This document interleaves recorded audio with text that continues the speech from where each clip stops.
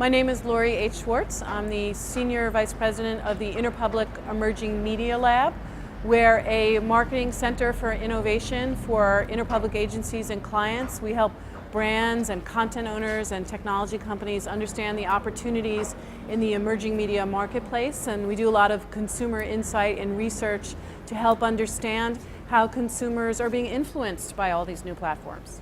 More than any other year before, I think the show's really come into its own. It is no longer, a specialist show for just us geeks, but I think it's pretty clear that you have to come here and be part of the dialogue if you want to advance television. And if you're passionate about television, this is the place to be. It is a yearly meeting ground for everyone in the game. I would say that the most exciting thing about this year is that you're seeing massive adoption from consumer electronics companies on a various amount of different platforms. And whenever you see adoption across multiple consumer electronics companies, you know that there's going to be movement in that space. So this year we saw at the Consumer Electronics shows everybody debuting widgets and connected televisions. And so that means that they're now showing up in Best Buy and Costco and everywhere. So consumers are going to start to be leveraging connected televisions and over-the-top solutions in a much quicker way, because it's going to be offered in almost every set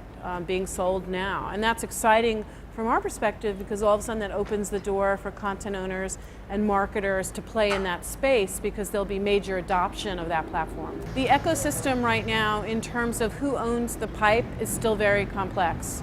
So we've been talking a lot about hybrid television, which is a combination of over the top along with broadcast, and IP working with broadcast. And so the question is going to be, who's really going to own that, and how does an advertiser and a content owner get in? Where is their entree point, and when will it become standardized, and how does it all really work? What is the way that data is going to be measured in these new connected spaces? So I think it's very exciting, but it's also very confusing.